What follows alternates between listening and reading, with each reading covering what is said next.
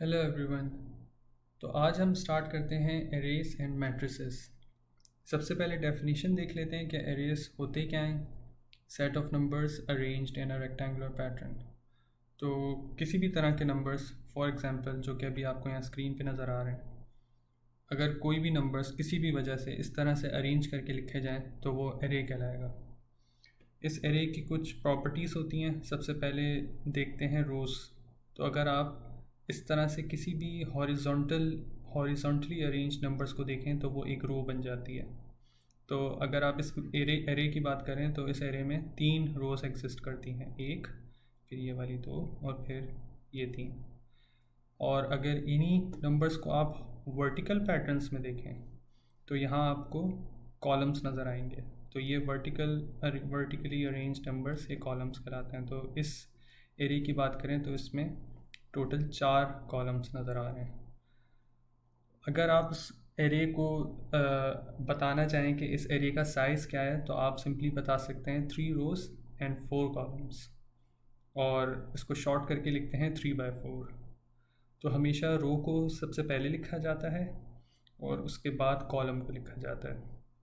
तो जब कभी आपको कोई एरे 3/4 या 2/1 या 6/9 वॉटेवर आपको लिखा हुआ नज़र आए तो आप सबसे पहला नंबर देख के बता सकते हैं कि ये उसकी नंबर ऑफ़ रोज़ हैं, और दूसरा नंबर देख के बता सकते हैं ये नंबर ऑफ़ कॉलम्स हैं।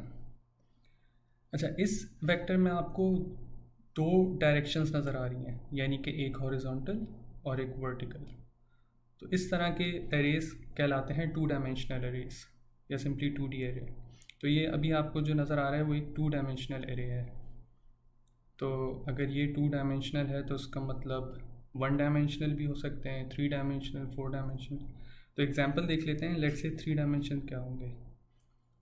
तो सेम यही एरे आपको यहाँ पर नज़र आ रहा है लिखा हुआ। अगर मैं इसमें हॉरिजॉन्टल और वर्टिकल के बजाय एक और डायमेंशन ऐड कर दूं, यानी इनटू द स्क्रीन या out of the screen, for example इसके सामने एक और मैं लेयर लगा देता हूं एरे की, तो ये अब आप एक्चुअली इसमें थर्ड डायमेंशन ऐड कर रहे हैं। अगर आप इस पर्टिकुलर सेट ऑफ नंबर्स जो आपको इतने सारे यहाँ नज़र आ रहे हैं तो ये भी, इसको भी एरे कहेंगे। और अगर आप इस सेट ऑफ नंबर्स यानी कि इस एरे की बात करें तो ये 3 डायमेंशनल एरे कहलाएगा। और जो एक्स्ट्रा डायमेंशन यानी कि जो आपने एक एरे के ऊपर दूसरा एरे और फिर तीसरा एरे, यानी कि आपने जो उस पर लेयर्स ऐड की हैं, तो यहाँ आपको 3 लेयर्स नज़र आ रही हैं। ये जिस तरह से यहाँ रोज़ हैं, ये कॉलम्स हैं, तो ये लेयर्स कहलाएंगी।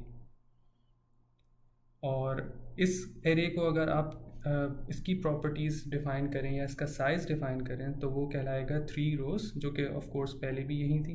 3 रोज़ हैं, 4 कॉलम्स हैं, और अब मज़ीद एक और चीज़ इसमें ऐड कर दी हमने, 3 लेयर्स। तो ये पहली लेयर, फिर ये दूसरी और ये तीसरी। और इस एरे को किस तरह से लिखा जाएगा शॉर्ट में, 3/4/3।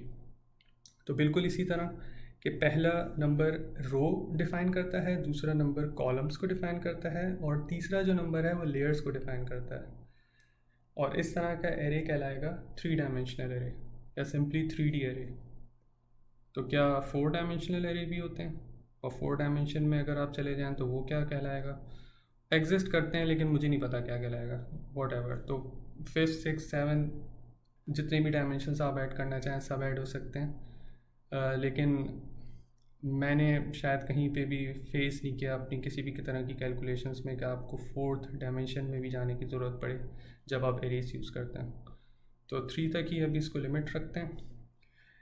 तो अब ये चीज़ तो आपको समझ आएगी कि किसी भी तरह के नंबर्स अगर रेक्टेंगुलर पैटर्न्स में अरेंज किए जाएं तो वो एरे कहलाएगा।